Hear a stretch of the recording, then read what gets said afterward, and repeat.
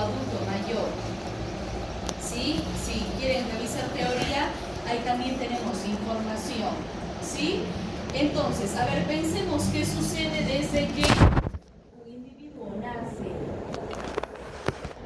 ¿Sí? Con ese nacimiento de un nuevo ser. A ver, alguien tiene tal vez, no sé, hermanitos, hijos, por ahí algún vínculo en casa cercano que tenga con alguien pequeño. ¿Sí? Por ahí. Hermanitas. Hermanitas, ¿de qué edades? 9. Pero 9. De edad 9.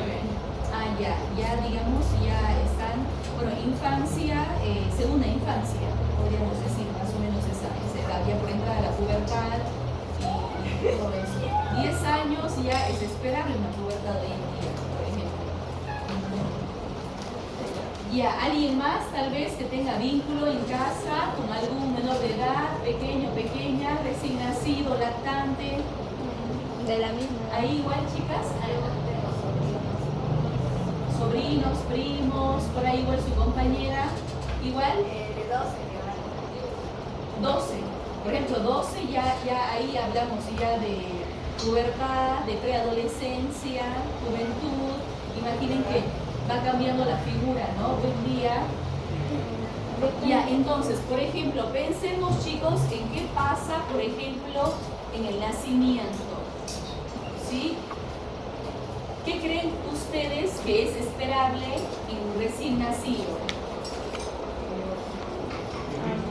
¿Perdón? Ya, un recién nacido, es verdad, un recién nacido comienza a llorar, ¿no? Que tal vez no pueda comunicarse por obvias razones y que sea 100% dependiente de otra persona para su subsistencia. Ya, exactamente, tiene sus formas propias de comunicarse. Se comunica mediante llanto, ¿no? Más aún si necesita satisfacer sus necesidades, ¿no? Obviamente el niño lo primero que hace por instinto, llorar, ¿no? Y es verdad, hay una dependencia que es fisiológica, que es neurobiológica, en ese momento sí, es normal, ¿sí? Una dependencia, que arme un vínculo principalmente con su madre, ¿no? Por ahí quieren comentar algo, chicas, ahí les veo hablar y hemos comenzado. ¿Sí? ¿Qué más sucede? A ver, ahí en el nacimiento. A ver, ¿qué es lo esperable, qué es lo normal en un recién nacido? Además del llanto, obviamente el llanto nos comunica algo, ya les dije sí, nos expresa que algo está pasando con ese niño, ¿no? Ya, el tema que explore las cosas, sí, eso lo vemos después de que es lactante, ¿no? Ya en la primera infancia el niño comienza, por ejemplo, antes de explorar lo que tiene ahí cerca, a su alrededor, ¿qué hace primero? Mira. Ajá, primero comienza a tocar. Se comienza a tocar al resto, antes de comenzar a explorar, digamos, lo que le rodea, ¿no? ¿Qué más? ¿Cómo creen que se comunica el recién nacido, además del llanto? Con balbuceos, tal vez. Ya, los balbuceos, exacto. Primero, el primer indicio de que comienza a formarse el lenguaje comienza a balbucear. Bien. ¿Qué más? Por ejemplo, ¿en qué dimensiones consideran que nosotros tendríamos en psicología médica que analizar ese recién nacido? Tenemos que ver, por ejemplo, lo físico, tenemos que evaluar, ¿no? Vemos lo emocional, que es lo psicológico. También analizamos lo social, incluso lo espiritual ya en un niño. Ya, como dimensión.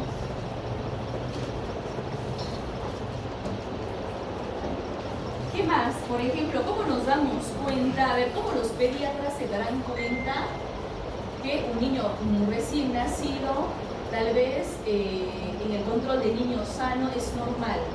Creo que evalúan sus reflejos y hay ciertas escalas, ¿no? Por ejemplo, como la de Glasgow. No me acuerdo cómo se llama esta escala, pero evalúan si hace caso a ciertas, ¿qué se dice? Ciertos estímulos. También creo que miden el tamaño de la cabeza para ver si se ha desarrollado bien. Más que todo revisan estímulos, ¿no? Por ejemplo, si se les acaricia la espalda, tienen que hacer cierto movimiento con las manos, creo. Y algo así he visto. Bien, es importante lo que dice Carla. Por ejemplo, es verdad, ustedes en pediatría van a ver el test Apgar, que es el test que evalúa diferentes características o dimensiones en el recién nacido. ¿Sí? Entonces, ¿qué pasa? Por ejemplo, nosotros, si tenemos que valorar a un recién nacido, vemos sus reflejos. ¿Qué reflejos son esperables en un recién nacido? Exacto, el reflejo de prensión palmar o de agallas, ¿no? Por ejemplo, nosotros le acercamos el dedo, le acercamos algún objeto y automáticamente el recién nacido lo agalla, ¿no? Eso obviamente neurológicamente nos habla que la maduración está en proceso. ¿Cómo se llama ese signo de cuando le toca así como una nariz o algo y el niño mueve su cuerpito, o sea, el bebé mueve su cuerpito a un lado, pero sus piernas no se están haciendo así? ¿Dónde? Pero hace... En la columna. Le frota en la columna y al frotarle, dependiendo hacia qué lado va, se dobla así o así el bebé. A eso se refiere. Vieron que hay varios reflejos. Primero hablemos del que recién nace, pero sí, porque hay cantidad. Vieron que incluso en fisiología o en neurología vemos el reflejo de Babinski, que es como sus compañeras están diciendo. Yo tengo que presentar un estímulo en cualquier zona del cuerpo, tal vez en la región lumbar o en la planta del pie, y de acuerdo a eso hay una reacción, ¿no? De la inclinación del cuerpo o tal vez la dorsoflexión de los dedos de los pies. Y me dice si neurológicamente está bien o está mal, ¿no? Seguramente ustedes vieron la vía piramidal, vía extrapiramidal. ¿Vieron eso en fisiología? Sistema nervioso, creo que están viendo nervioso. Eso es clave, por ejemplo, para evaluar lo neurológico, más aún en un recién nacido. Y más aún para evaluar los reflejos de la médula espinal.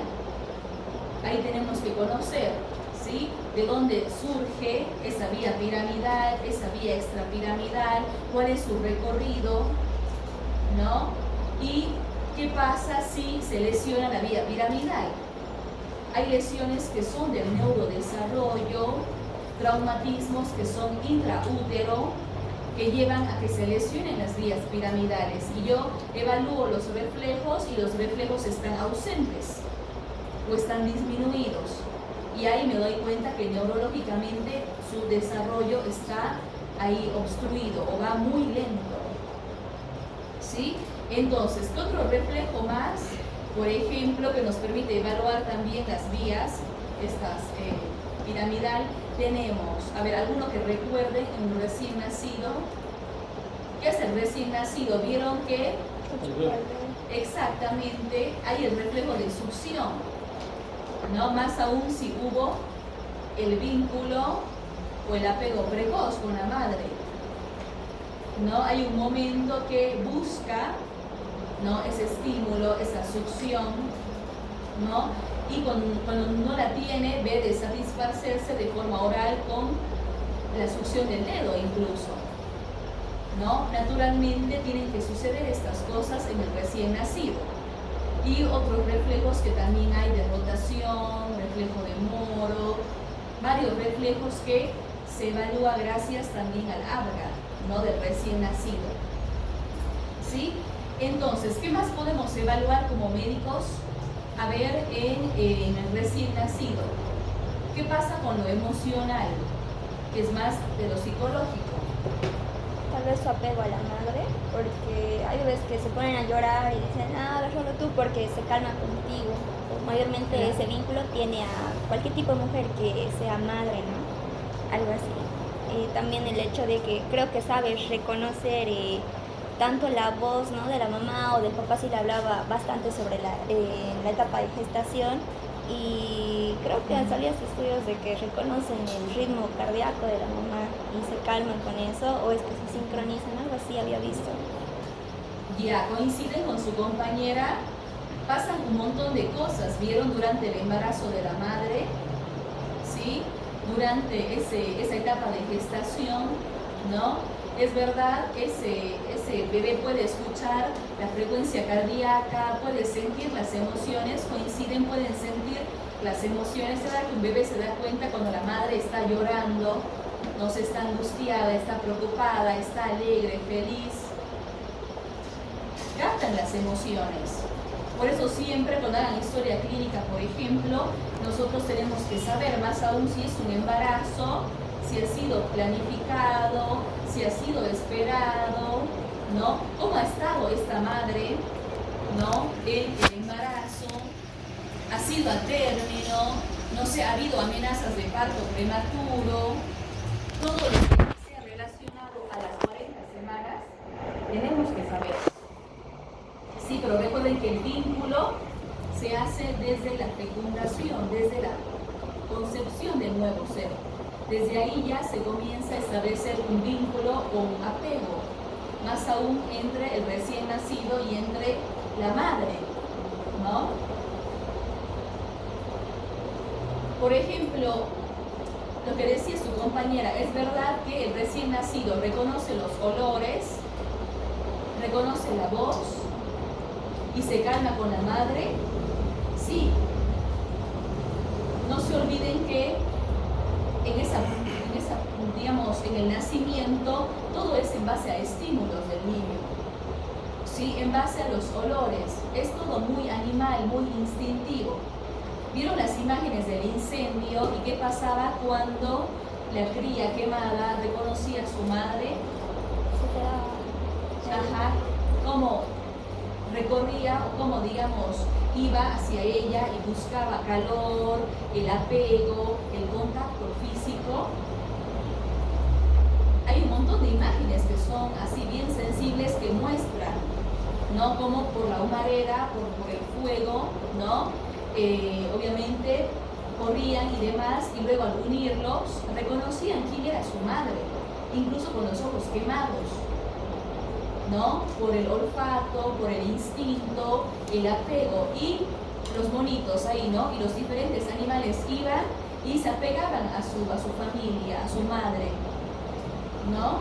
Incluso, miren, habiendo perdido el sentido de la vista, habiendo perdido patitas, manitos, y todo eso que es muy instintivo, muy animal, sucede en el nacimiento. ¿Sí? Incluso hay un montón de experimentos que se realizan ahí en el nacimiento, en la infancia, que nos muestran cómo es la calidad de apego que tiene ese recién nacido con la madre,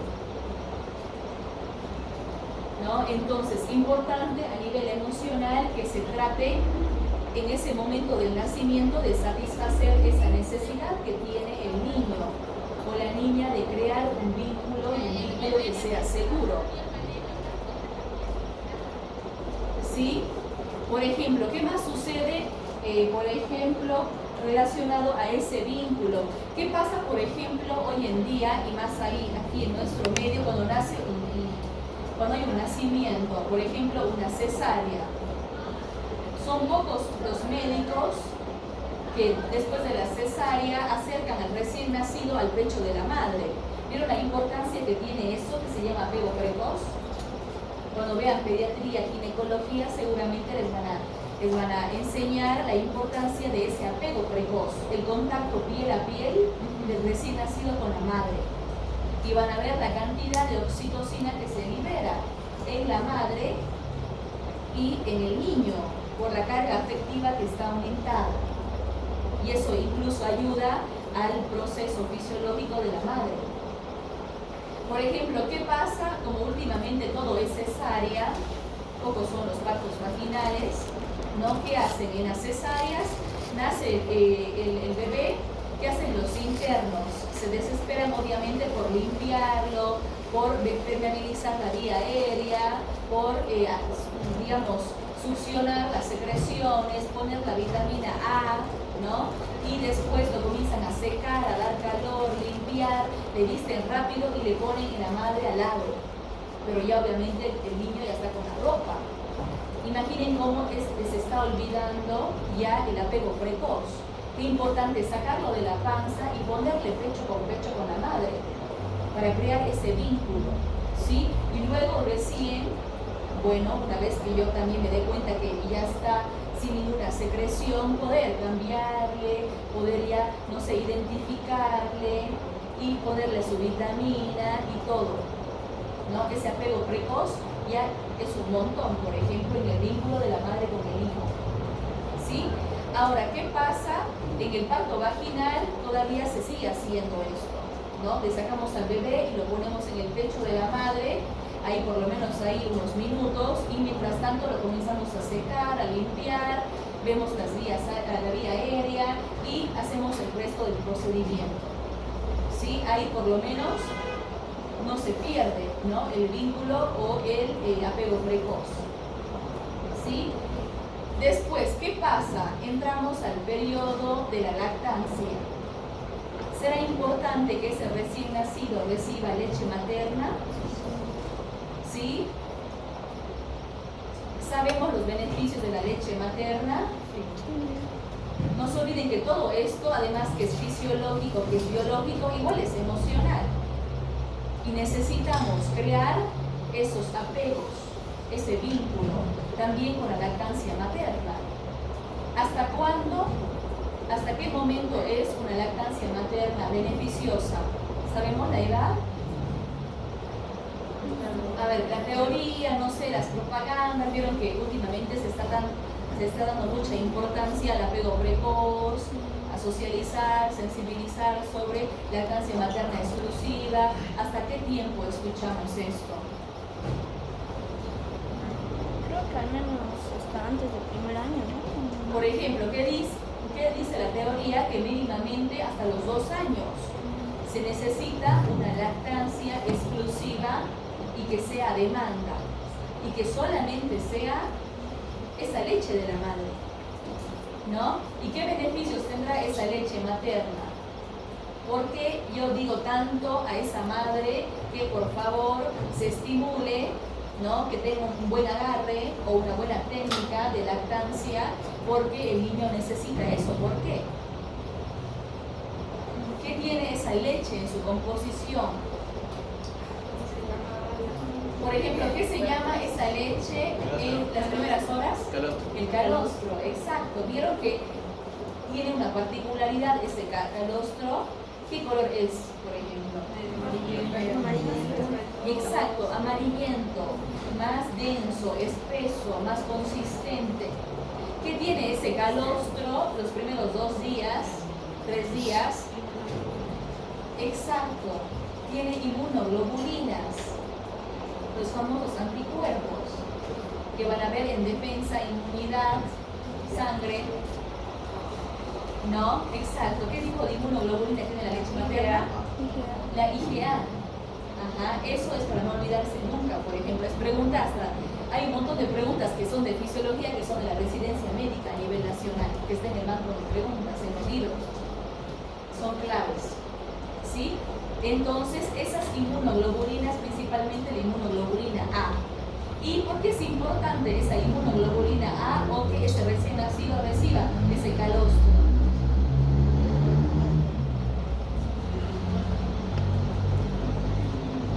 Para que desarrolle inmunidad. ¿Para qué? Porque cuando este que tiene el sistema desarrollado, entonces la hemoglobina alta se le carga de Exacto, la función de protección, de defensa, ¿sí? Porque un recién nacido tiene todos los sistemas que están inmaduros, más aún el sistema digestivo, gastrointestinal, ¿no? ¿Qué pasa, por ejemplo, con un niño que no ha recibido leche materna, peor aún el calostro? Tiene todas las noches el cólico de lactante. El papá, la mamá que dice no deja dormir, se retorcía, tiene un cólico y lo llenan hasta de inyectables, de gotitas, matecitos y un montón de cosas. Entonces, ¿qué hacen? Las inmunoglobulinas protegen a ese ser vivo. Le dan las defensas, la protección para reforzar, para proteger su sistema y para que pueda metabolizar también las sustancias que hay en el calostro, que no solamente hay inmunoglobulinas. ¿Qué más tiene el calostro? Tiene agua, tiene proteínas, ¿vieron? Tiene vitaminas que necesita para su alimentación. ¿Sí? Entonces, esa lactancia materna, más allá de tener las inmunoglobulinas, la protección, la defensa para ese nuevo ser, favorece el vínculo, el lazo afectivo que se crea entre la madre con el niño. ¿Sí? Les digo esto porque es una necesidad del recién nacido crear estos lazos afectivos. ¿Sí? Por ejemplo, ¿qué pasa con madres que no dieron de amamantar o que son madres sustitutas? Ahí, por ejemplo, el apego se puede ver interferido, la parte emocional no se termina de desarrollar. ¿Sí? ¿Qué más sucede a ver con un recién nacido? ¿Qué recuerda? Por ejemplo, o si no, si avanzamos un poco más, recién nacido es un lactante. A ver, ¿qué otras necesidades tendrían que estar satisfechas en ese momento?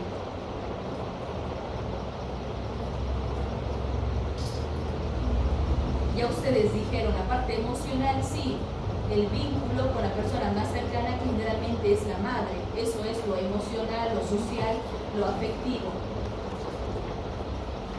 ¿no? Y las necesidades de alimentación, que son las primeras igual. ¿Sí? Ese niño tiene hambre, sí, llora por hambre. Tiene dolor, sí, llora porque tiene el cólico. Llora porque no puede dormir, es su forma de comunicarse. ¿Sí? Entonces, vean chicos que a medida que va avanzando el ciclo de vida, cada uno de nosotros, si se da cuenta, ha tenido diferentes necesidades, tiene diferentes necesidades, ¿no? Que lo importante es satisfacerlas. ¿Qué pasa cuando no se cumplen ni se satisfacen las necesidades? Ya podemos entrar incluso a crisis sociales, espirituales, físicas, emocionales, y se rompe la homeostasis y la persona puede enfermar. ¿Sí? Entonces, de ahí que es importante. ¿Sí? A ver, veamos qué pasa en la infancia.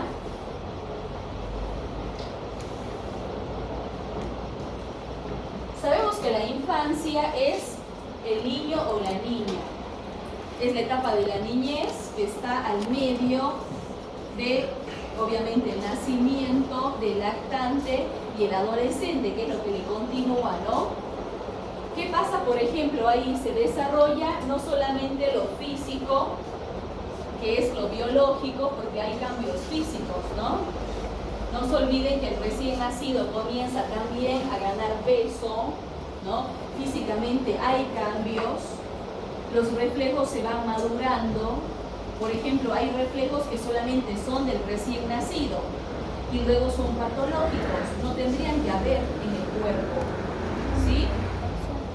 Hay cambios que también son sociales o psicosociales con el entorno, con las figuras de apego. ¿Qué pasa, por ejemplo, si la mamá se va a trabajar? ¿Será que extraña ese recién nacido? Sí. ¿Será que llora? Sí. ¿Será que hay ansiedad por separación incluso en ese momento? Sí. Doctor, un ejemplo de esto podría ser el primer día de kinder. También, exacto. Esto se da y es más dominante en toda la infancia, en toda la niñez, ¿no? Lo mismo que pasa, como dice su compañera, en el kinder, ¿no? Que lo voy a dejar y no quiere quedarse y comienza a llorar, a gritar y no se despega, no sé, del brazo, de la mano de su madre o de su padre o de su cuidador que tuvo ahí cerca. Eso es ansiedad por separación, ¿no? Imaginen, entonces hay un momento del ciclo de la vida donde ese niño o niña necesita formar su autonomía, saber discriminar en que obviamente él es uno y la madre, el padre es otro, ¿sí? Para ir rompiendo la dependencia, ¿sí? Son cambios que vamos a ver, nos dicen Piaget y Erikson, que son los principales referentes que estudian el ciclo de vida o las etapas evolutivas del ser humano. ¿Sí? Entonces, ¿qué tenemos en la infancia? Cambios en todas las dimensiones y los vínculos y los afectos, que es importante. Sí o sí se necesita establecer los vínculos con los más cercanos, principalmente la madre, ¿no? Entonces, no se olviden que también hay una importancia de lo genético, ¿no? ¿Por qué? Porque ya dijimos cuando vimos personalidad, tenemos cosas que sí o sí son genéticas y que las heredamos de los padres, ¿sí? Y otras las adquirimos con el ambiente, ¿no? Entonces, la parte afectiva, la parte genética es lo que primero se trabaja con el niño en el nacimiento, ¿no? Lo que les decía yo, el tema del apego precoz, la lactancia materna, todo lo que fortalezca los lazos, principalmente ese vínculo madre-hijo, ¿no? Ahí está, por ejemplo, la lactancia, lo que ustedes decían, es un periodo donde predominan los estímulos, más allá de que sean estímulos visuales y el nuevo ser pueda ver a la madre, más que todo hay los estímulos olfatorios, auditivos. Escucha la voz de la madre, ¿no? O del cuidador principal y comienza a llorar, porque obviamente quiere el contacto, la protección, la contención, el calor de la madre, ¿sí? Eso biológicamente es normal, ¿sí? Entonces, los niños ya se van familiarizando con esto. ¿Y será que todo esto emocional que estamos hablando, afectivo, será que influye en su desarrollo cognitivo? ¿Qué dicen ustedes? Sí. Por ¿Sí? ejemplo, en el narcisismo, por ejemplo, se hablaba de que cuando tienen abandono paterno o abandono masivo, se cuando son mayores. Al igual que en otras, por ejemplo, en el TLP, Ya. ver la ausencia de esa figura de protección después de la vida adolescente o bueno. Bien, coinciden con Valentina. Me encanta porque ya están asociando todo lo que vieron en personalidad. Ya incluso ya todos ya saben sus rasgos de personalidad, seguramente, ¿no? Y los identificaron y ya saben las características que tiene también cada familia de rasgos, de trastornos y demás. Entonces, es verdad, ¿sí? Muchas cosas de la personalidad, ¿sí? O muchos rasgos son la causa de cómo fueron mis primeros años de vida. ¿Cómo habrán sido mis primeros 2, 3 años de vida? Obviamente, si les pregunto, si yo me pregunto, nadie se recuerda. O dice, sí, me recuerdo algo porque tengo mi álbum de fotos. Y ahí he visto que me han festejado, no sé, mi primer añito, que he viajado.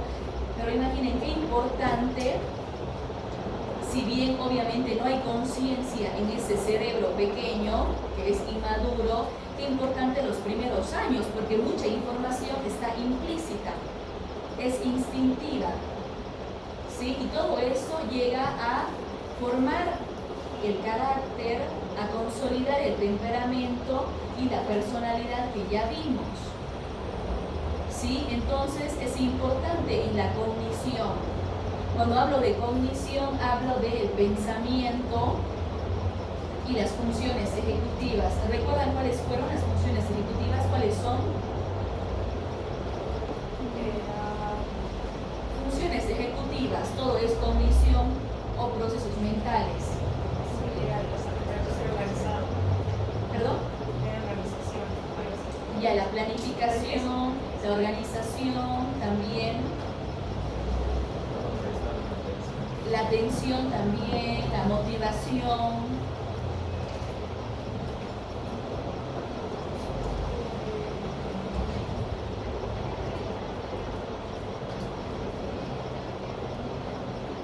Cuando vimos lóbulo prefrontal, vimos también funciones ejecutivas, ¿no? Se terminan de desarrollar en el adulto, por ejemplo, ¿sí? Esto es importante. La base emocional es importante, sí, porque como les digo, son los primeros 3 o 5 años de la vida, ¿sí? Y luego ya se forman las cogniciones. A ver, ustedes si le preguntan, no sé, a un niño de 1 año, una niña de 2 años, de algo, ¿será que puede elaborar respuestas procesadas? ¿Será que puede discriminar? Si le dicen, por ejemplo, si es algo bueno o malo, ¿será que puede decidir, elegir? Difícilmente un niño dice, sí, esto es malo, no se hace, esto es bueno, sí se hace.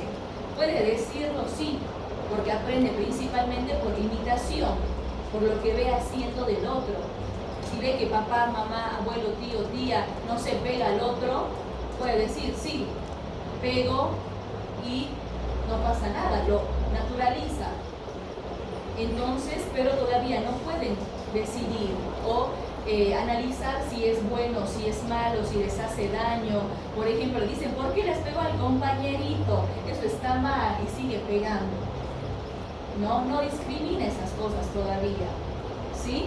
Entonces, vean que hay en el desarrollo cognitivo tomamos en cuenta todo esto que es emocional, ¿sí? Y lo que decían ustedes, el niño comienza a explorar, es parte del desarrollo físico, de la psicomotricidad, ¿sí? Primero comienza a tocar objetos, comienza a buscar los objetos, a explorar, a ser curioso con su entorno, explora su propio cuerpo, se mira, ¿no? A sí mismo, al resto, se toca, comienza a balbucear lo que decían ustedes, ¿no?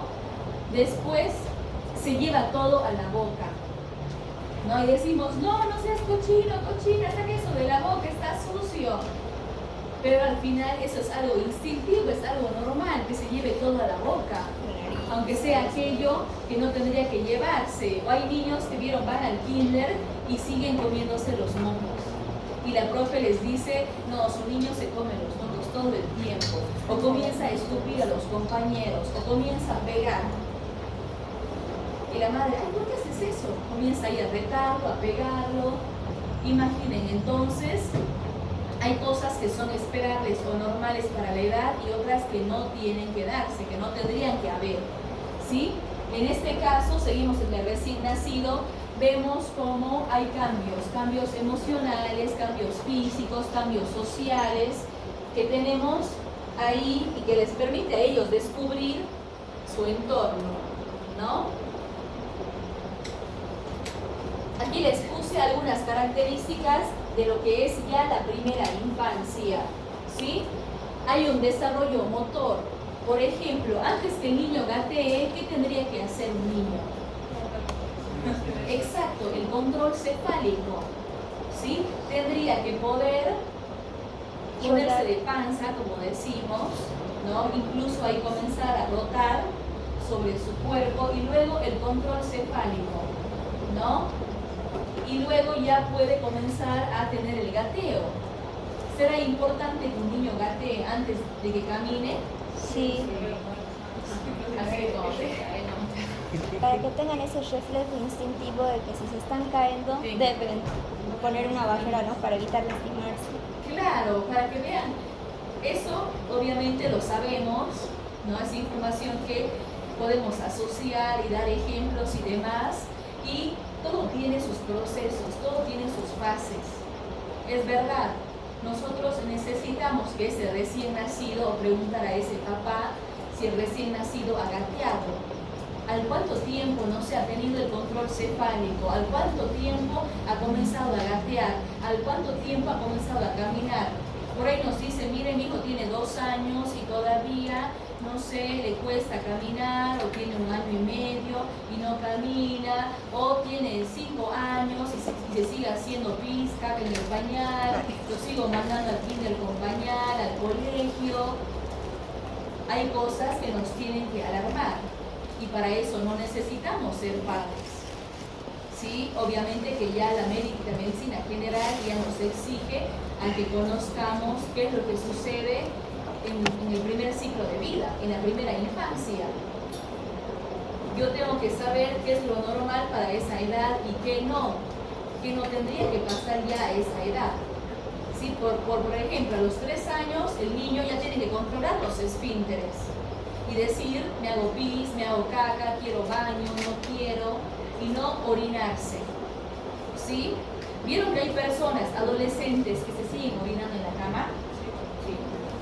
Sí. Hay un trastorno, ¿saben cómo se llama? Si vamos más allá, hay un trastorno que se relaciona con eso y que tiene un elevado componente emocional a causa de alteraciones de la primera infancia o de traumas de la primera infancia.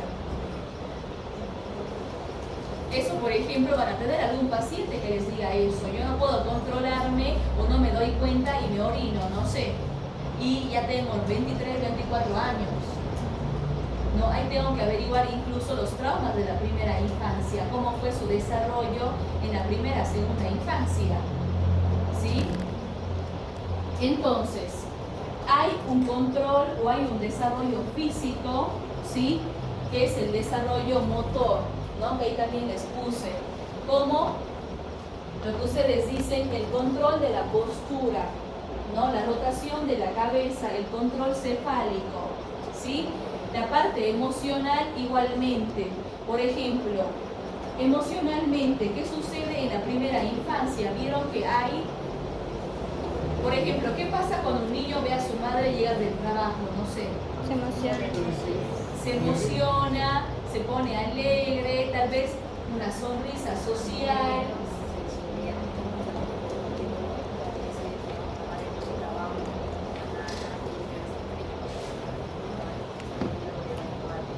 Exacto, miren que eso es algo muy común en las médicas y me ha pasado a mí un montón de veces, como me dijo su compañera. ¿Qué pasa cuando la madre tiene que estar, no sé, en un turno?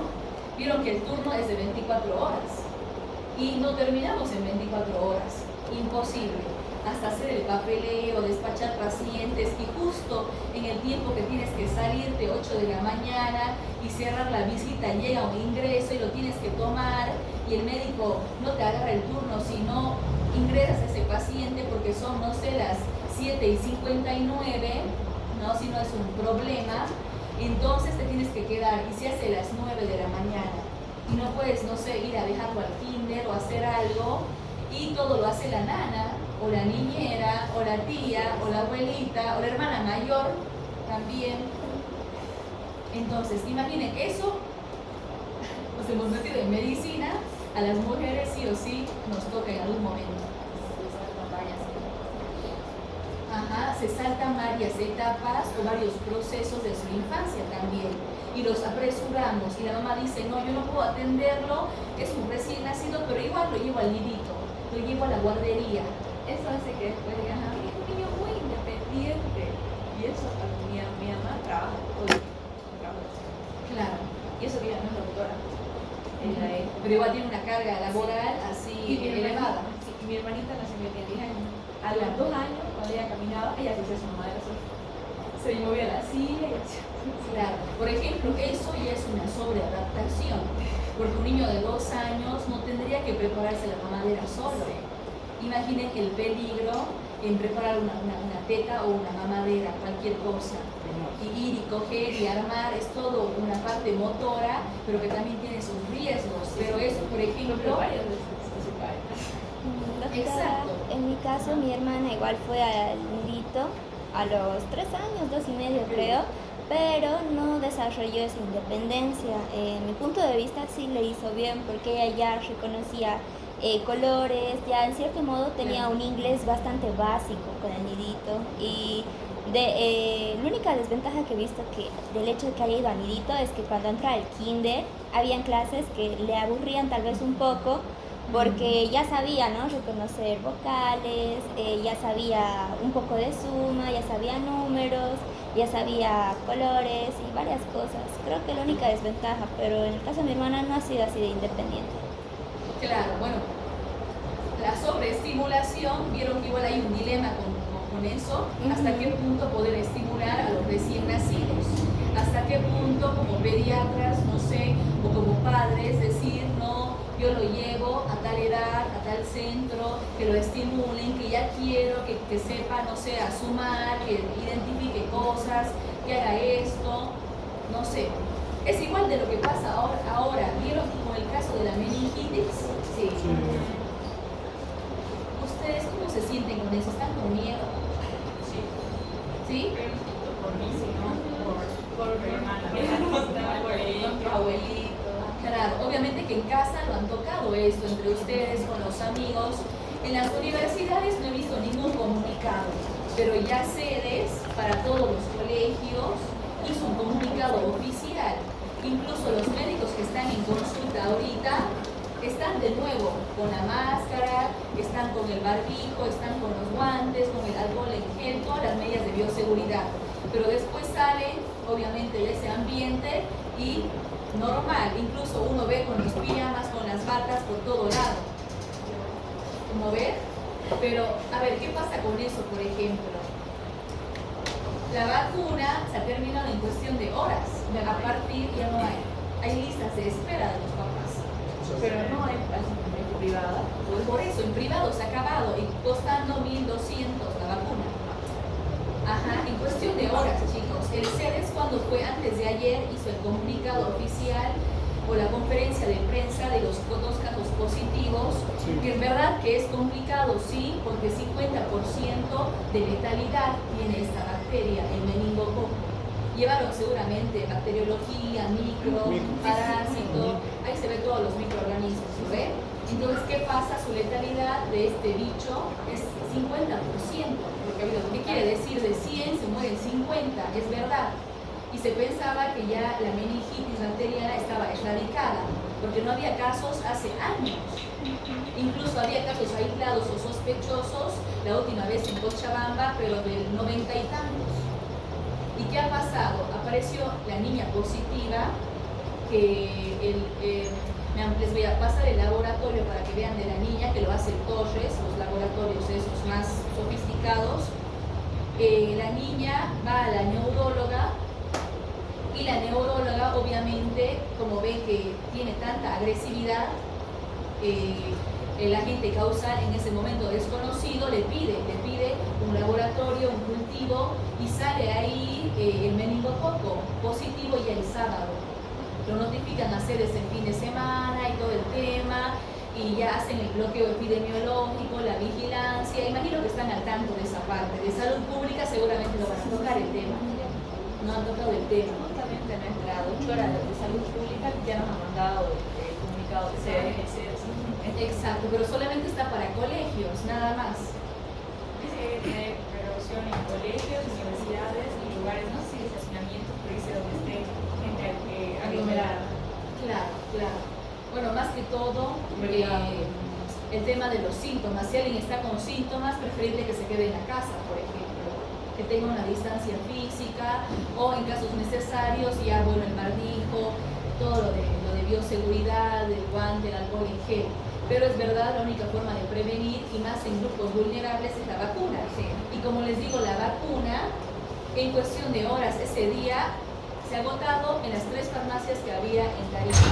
Ese mismo día, esas mismas horas.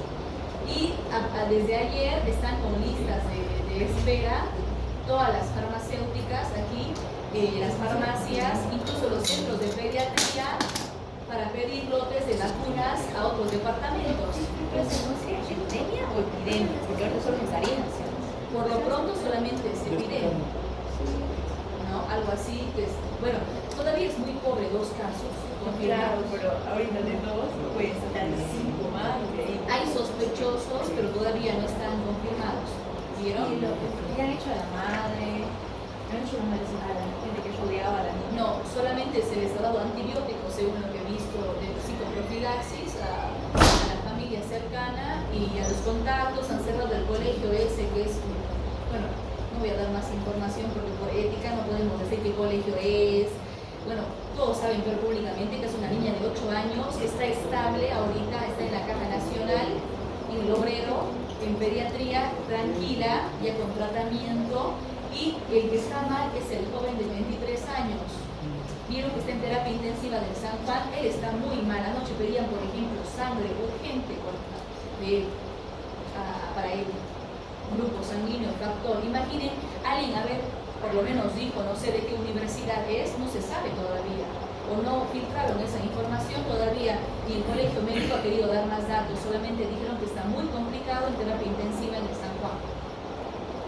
Pero ambos no tienen ningún vínculo, son pacientes aislados y son de Tarija y ni siquiera vinieron de otro departamento, son de aquí solamente, ¿no? Entonces imaginen ahí, sedes en salud pública bloquea, socializa las medidas, la vacunación la promueve, pero imaginen cómo es el pánico de las madres y de las pediatras, que lo que más han recetado las pediatras en las últimas 48 horas o 72 horas han sido la vacuna.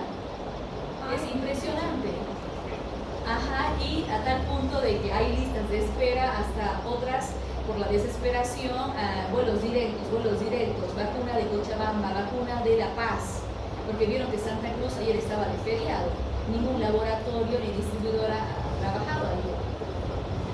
Una locura, pero Doctora, entonces, si no tiene contacto y no ha salido de la ciudad, entonces no tiene caso que no ha sido identificado. y él está vacunado. Sí, prácticamente la bacteria está en el medio circulando, solo que todavía no tenemos casos confirmados. Hay casos sospechosos que ya los centros de salud están notificando, pero todavía no está confirmado. Y la macana que para confirmar un laboratorio así te puede tardar hasta 5 días. Sí. Hasta que cultiven más qué serotipo es, qué tipo de serotipo, ¿no? Entonces ahí imaginen que es una incertidumbre, es lo mismo que el COVID, que la influenza. Sí, pero la macana es que el meningococo inflama las meninges, toma el sistema nervioso central, ataca la médula. ¿Qué compromiso va a haber ahí de este chico de 23 años si está tan complicado? Todos se preguntan si va a recuperar la conciencia, va a volver a caminar, va a volver a hablar, si va a volver a ser el chico que era antes.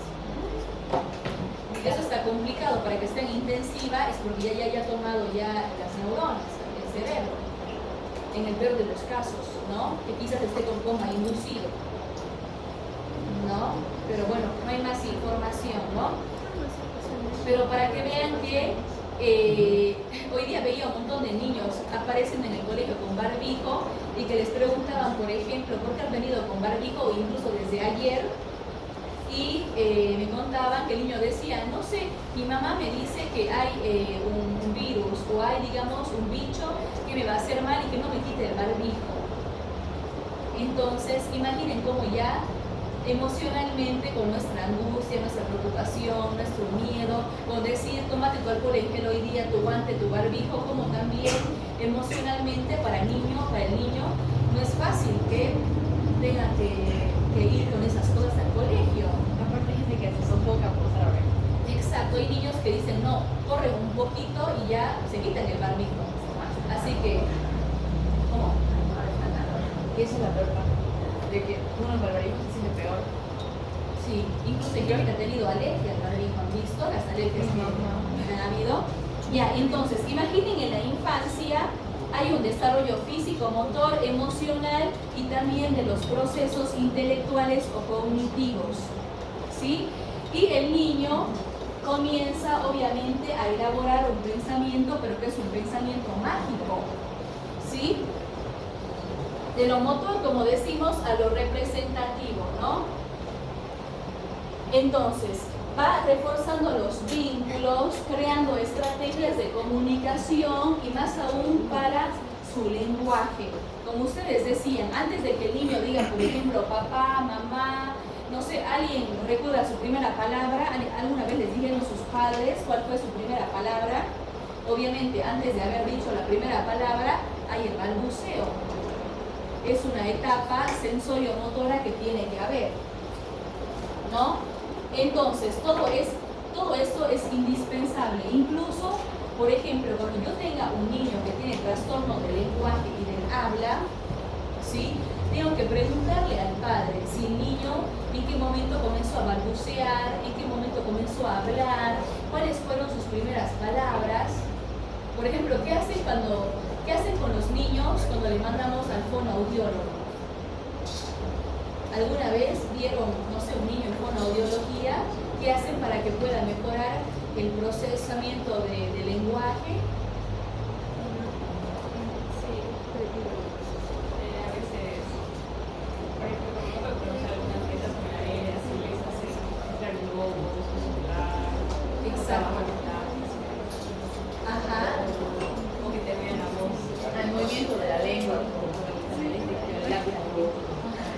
Claro, hay muchas tareas que les hacen así físicas, pero también las tareas, como decían, soplar, inflar un globo, hacer las burbujas, todo lo que sabemos que ayuda a su vocalización. ¿Por ahí quieren comentar algo, chicos? No, sino que me estaba comentando que ella alguna vez he visto eso. Yo de pequeñita iba ahí porque no hablaba, empecé a hablar recién un mes antes más o menos, o 3 de ingresar al kinder. Recién en el kinder. Antecitos de Antes, no hablaba y según mi mamá, ella ya había sacado cita para la fonoaudióloga porque esos años solo había una. Y me dijo que de la nada un día dijo una frase y desde entonces empecé a hablar nada más. Claro. Hay casos en los que hay algunos papás que, por ejemplo, en las zonas de trabajo, que cuando los bebés no hablan, les dan vino. Perdón, ¿les dan qué? Vino. Les dan vino. Ah, sí. Sí, ajá, sí, les dan vino. Ajá, le saque la lengua. Vino. La verdad que he escuchado otras creencias populares, pero el tema del vino, para que suelte la lengua, no. Nunca he escuchado del vino. Sí, les dan vino, claro, les dan vino. Niños de aquí la Claro. Ay, eso. Primera vez que escucho, les juro. No, pero es verdad. Ya, aquí puse los factores que pueden afectar al desarrollo psicomotor o del lenguaje. Sí, lo que vimos de lo cognitivo. ¿Lo nutricional será que afecta? Sí, ustedes va a haber un momento que vean niños que estén desnutridos, que se den cuenta que no tienen el peso y la talla que tendrían que tener para su edad, ¿no? Como lo contrario, que se den cuenta que hay niños obesos, que están con sobrepeso para su edad. Eso les tiene que llamar la atención, por ejemplo. Saben que algo no está bien. Y vieron que hoy en día en nuestra cultura obesidad infantil hay un montón, más que desnutrición. ¿Será que esto no predispone a que sean adolescentes, adultos obesos y por lo tanto que sean, no sé, con alteraciones metabólicas desde la infancia? ¿Hay niños que son hipertensos? Hay niños hipertensos. ¿Hay niños diabéticos? Sí. ¿Hay niños ansiosos? Sí. ¿Hay niños hasta que tienen fácilmente, digamos, crisis de depresión? Sí. Un montón de cosas que están involucradas con este tema. Y la causa muchas veces es nutricional. ¿Sí? La parte emocional, no se olviden igual, porque nuestra mente necesita crear desde el momento de nacimiento figuras o lazos de afecto, ¿sí? Con algún cuidador, preferentemente, lógico, con la madre. Pero muchas veces es verdad, se terminan encariñando o haciendo este vínculo con la abuela, la tía, la nana, la niñera, porque fue la persona que estuvo ahí y les crió, ¿sí? Puede pasar, ¿no? Factores genéticos, sí. Si hay alguna condición, una alteración genética, sabemos que los niños ya nacen con alguna deficiencia o una alteración. Por ejemplo, el síndrome de Down.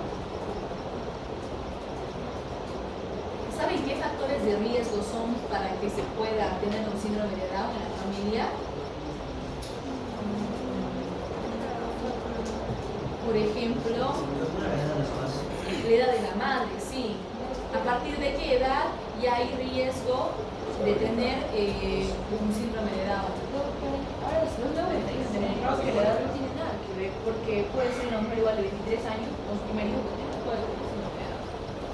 Bueno, si bien no es determinante, no es algo así bien específico, igual. Porque imaginen, por ejemplo, en Tarija, sin ir lejos, varios niños con síndrome de Down son con madres que tienen incluso de 35, 38, 40 arriba de edad. ¿Sí? Porque se ha visto y se sabe por la ciencia que la calidad de los óvulos igual disminuye en la mujer. A medida que pasan los años, eso es normal que suceda, como que disminuye la cantidad de los óvulos, también disminuye la calidad. Entonces imaginen que hay alteraciones que también la edad influye, la edad sí o sí, si no es determinante, pero influye. ¿Qué más? ¿Qué más puede afectar?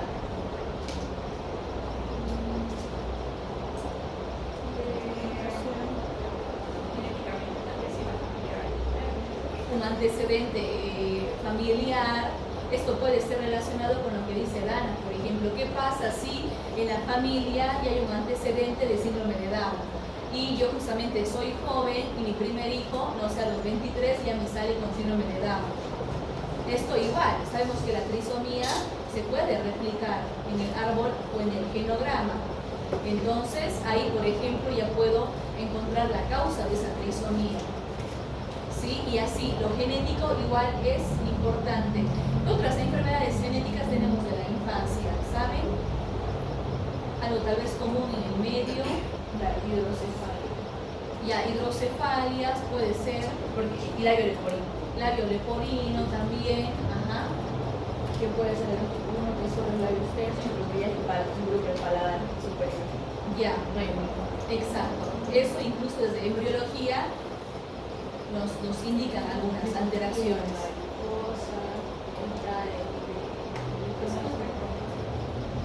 Pero hay varios desórdenes que son cromosómicos, genéticos, ¿no? Después, ¿qué más? El ambiente, ¿será que afecta al desarrollo del infante, al niño? ¿Sí? Sí. A ver, ¿qué ejemplo podemos dar? Hay un caso que está sonado, que justamente lo escuché hoy en la noticia, no sé en qué departamento fue de Bolivia. Vieron esa madre alcohólica que le pega y le lesiona al niño, y el niño obviamente no hablaba, no buscaba ayuda y se comenzaba a curar en la casa. Pero ya está claro la defensoría interviniendo, así a lo cortito lo escuché la noticia, pero es una madre que tiene un entorno de alcohol y droga. ¿Qué pasa, por ejemplo, con los embarazos no planificados, con estos entornos que son de violencia, de abuso, de trauma, de alcohol, de droga, o que los padres consumen? Eso afecta al desarrollo psicomotor del niño, cognitivo, emocional, todo lo que es ambiental, incluso la parte económica. Por ejemplo, ahora es verdad que un montón de niños van a estar inmunizados con la vacuna, ¿no? Para poder adquirir la vacuna de más de 1.000 bolivianos se van a estar inmunizados. Pero ¿qué pasa con la otra población? Donde el papá o la mamá no le alcanza y que le digan la vacuna cuesta 1.200, señora, la mamá se desmaya porque gana 2.000 al mes y no le alcanza para comer, para pagar su alquiler, para su transporte, ¿no? O sea, imaginen cómo hay también esa desigualdad, en que algunos van a poder adquirir y otros no. ¿Por qué? Porque realmente al Ministerio de Salud no le da la gana de poner esa vacuna en el esquema nacional de inmunización y que sea gratuita. Ustedes, chicos, van a la Argentina y esta vacuna está gratuita en el país argentino y está antes de los 2 años, en 2 dosis, a los 9 y a los 11 meses. ¿Sí? Entonces, imaginen, nuestro Ministerio de Salud y las políticas de salud aquí son tan mal estamos que por ahorrar dinero no ponen en el Sistema Nacional de Vacunas ni de la hepatitis A ni esta del meningococo. Y en otros países es gratuita, es libre, es normal y tenerla incluso antes de los 2 años. Entonces, imaginen, sabiendo que Bolivia es un país pobre, cómo no pone algo para que sea acceso libre y gratuito. Igual que debería estar, ¿cómo se dice? Porque Claro. es mayormente la población de Bolivia como tal es de escasos recursos. Claro. Viven en zonas rurales o viven con mal acceso a diferentes servicios básicos. Por ejemplo, hay comunidades donde toman agua chica. Exacto.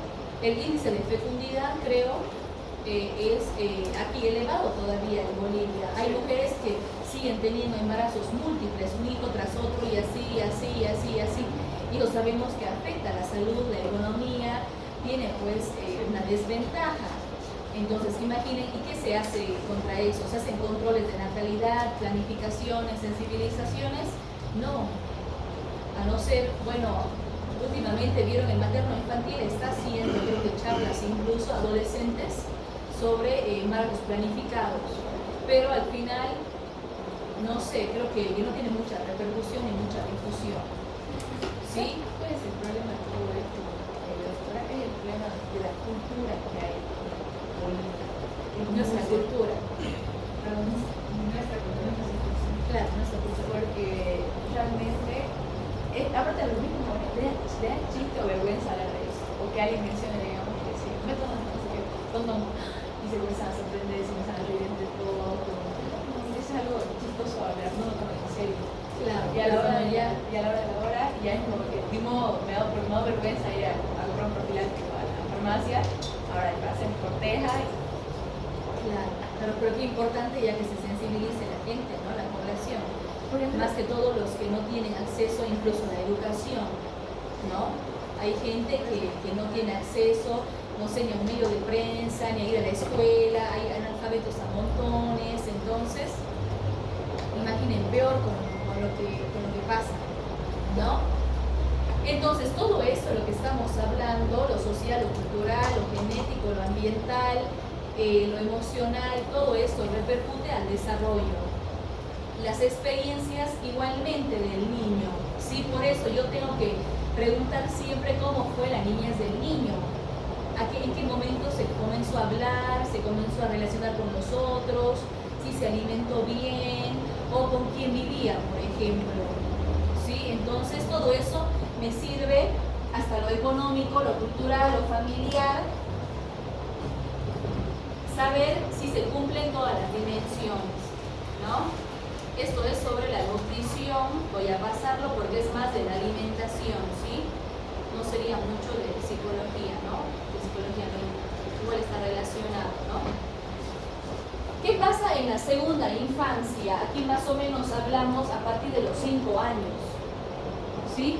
Vieron que hay un momento donde el niño ya se escolariza, ¿sí? Ya va a la guardería, no sé, al pre-kinder, primera sección, segunda sección. ¿Qué pasa? ¿Será que es un niño más autónomo, más independiente? ¿Sí?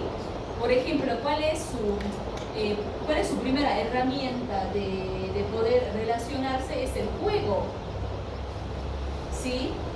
Ellos buscan explorar, buscan jugar, buscan ya el contacto social, ¿no? Incluso les puse ese niño porque hay una etapa que es normal en ese periodo de narcisismo, que se llama narcisismo primario, en querer yo tener la razón, en querer yo ir, en que quieren que se haga caso sí o sí a esa idea, ¿no? Y no acepta otra idea, que quiere el juguete, que quiere el helado, ¿no? Entonces hay egocentrismo, hay narcisismo que es normal en la segunda infancia, ¿sí? Es decir, yo puedo, yo quiero, soy el único, soy el mejor, eso está incorporado, ¿no? Por eso es que puse ahí que consolidan progresivamente el sentimiento del yo, que es el yo narciso, y que también va evolucionando. Hay también ganas de probar cosas nuevas, de explorar, de conocer gente, lugares nuevos, de autonomía, de yo lo hago. Incluso muchos niños en la segunda infancia, incluso desde la primera infancia, ya quieren ser mayores.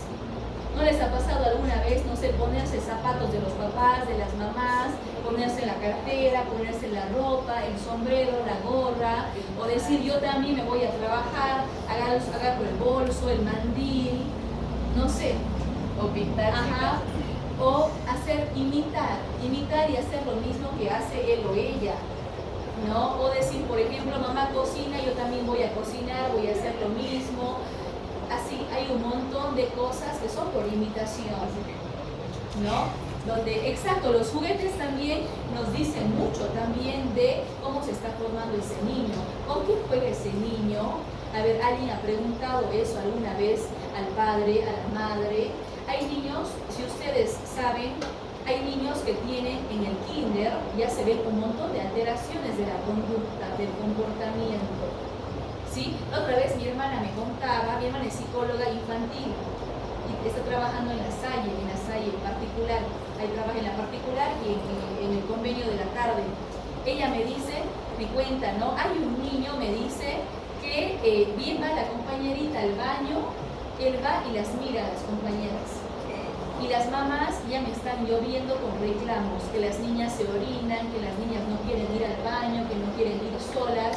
No sabe por qué no se han dado cuenta ni siquiera las profesoras del colegio.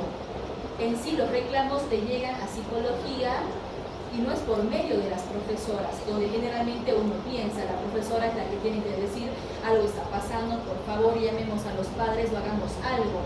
Y las mamás comienzan a decir no sé qué pasa con mi hija, y al final la causa era en que el niño exacto busca tiene la conducta de ir al baño de las niñas y no salir de ahí y mirar a las niñas, ¿no? Hasta ahí solamente les voy a contar porque por ética médica no podemos revelar más cosas, pero avanzado ese caso, ¿no? Pero ¿qué pasa? Por ejemplo, el niño es curioso. Las niñas somos curiosas en esa primera, segunda infancia. Hay curiosidad que es innato y más aún cuando comenzamos a identificar nuestro cuerpo y ver que somos diferentes, mujeres de hombres, hombres de mujeres. ¿Vieron? ¿Y qué pasa, por ejemplo, cuando, más aún cuando tenemos inclinación con algunos juegos? ¿No? El papá, ¿qué espera? Que la niña agarre la muñequita, espera que el niño agarre el autito. Por ejemplo, ¿qué pasa? Algunos papás también conozco que dicen, no, mi niña, no sé por qué, mi niña juega con autos, dicen. Otros papás dicen, por ejemplo, mi niño quiere jugar a que cocina y yo no quiero que sea cocinero, quiere una cocina, quiere un mandil. Imaginen, son cosas normales, no significa que no se van a trabajar o que ya están consolidando la personalidad. Es normal que la curiosidad sea de todo a esa edad. O sea que hay que dejarlos jugar como quieran. O si el niño tal vez quiere vestirse hoy, no sé, con medias rosadas, ustedes ¿qué le dirían? Si el niño dice, no, hoy quiero ir con las medias rosas de mi hermana, ¿qué le dicen ustedes? O la cultura, ¿qué le dice la cultura? La cultura ya le dice que está mal ser niña. Exacto, la cultura le dice eso, los papás le dicen eso. Por ejemplo, el tema de las niñas con usar vestidos, hay niñas a las que no les gusta usar vestidos. Dicen, Sí, quiero también. ponerme el pantalón, quiero estar de short. No me gusta, me siento incómoda porque siento que voy a querer jugar y se me va a subir la falda y no voy a poder hacer nada porque mi mamá me reta si estoy jugando y se me sube la falda. Bueno, eso ya es algo, una decisión más coherente, tal vez porque, no sé, va a jugar algo y se va a exponer. Pero ¿qué pasa con el otro caso que les digo que igual es muy normal? Que digan, por ejemplo, el niño que quiera ponerse una polera rosa y la mamá le dice, no, yo no te compro, imposible algo rosa. Cualquier color, pero no me elijas rosa, ni lila, ni no sé, porque son de niña. O le dicen al niño, no llores, solo lloran las niñas. Eso es muy cruel hablar así y es re normal, ¿no? Que escuchemos que amigas, familias, colegas, no sé, que hagan esto. Ahí, ¿con quién será que tengo que hacer terapia? ¿Con el niño o la niña? ¿Con el papá o la mamá? ¿Con los papás? No, porque ya desde la primera, segunda infancia estamos poniendo las etiquetas en que solo el niño hace esto, en que solo la niña hace esto, no llores porque no eres niña, no sé, solo tantas cosas que hay para decir sobre eso. Entonces imaginen cómo el factor ambiental, cultural, igual marca la cognición, la emoción y después, al final, cuando salen los trastornos o las situaciones así clínicas que pueden ser patológicas, cuando van al colegio, cuando están en el trabajo, cuando buscan a pareja y cuando se dan estos reclamos, ¿no? Hay que preguntarnos, obviamente, qué está haciendo el papá, la mamá, con quién se queda el niño, la niña, incluso en este caso, con quién será que entra al baño el niño o la niña. Imaginen, en este caso, ¿saben cómo es? Es un niño de 6 años que sigue entrando al baño con la mamá y con el papá. La mamá se baña y el niño está ahí. La mamá no quiere perderlo de vista para que no haga ninguna travesura y se baña, desnuda y el niño de 6 años le ve. El padre lo mismo. O sea, imaginen, hay cosas, chicos, que por más que sean hijos, hijas, por lo veamos aparentemente sano, normal, no son. Ya no se puede hacer esas cosas. Hay un momento que el niño tiene que soltarse y hacer independientemente las cosas y respetar los espacios. Exacto, todo tiene un límite. Y ahí, por ejemplo, ya entraríamos a hablar de los padres sobreprotectores. Por ejemplo, cuando ese apego seguro que yo tengo que emocionalmente crear se hace un apego inseguro. Y luego se forman adolescentes ansiosos, dependientes, TLPs, ¿no? Que esperan obviamente la aprobación o estar con el otro, ¿no? Entonces, imaginen, es bueno identificar porque un montón de patologías o enfermedades surgen a partir del desarrollo de la infancia, ¿sí? Y que necesitamos atender. A ver, ¿qué hora es? Ya creo que aquí vamos a terminar, chicos, ¿sí? ¿Tienen alguna pregunta? Igual, la próxima semana vamos a seguir viendo ciclo de vida, ¿sí? No se olviden que ustedes han puesto el examen del 7 de octubre recién, ¿no? Así que una semana de avance y luego llega el examen, ¿no? Del 7. ¿Alguna pregunta de la niñez? Ya, chicos, ¿tienen la lista por ahí? ¿La lista? Ya, no se olviden, espero que estén en la lista los que están ahora.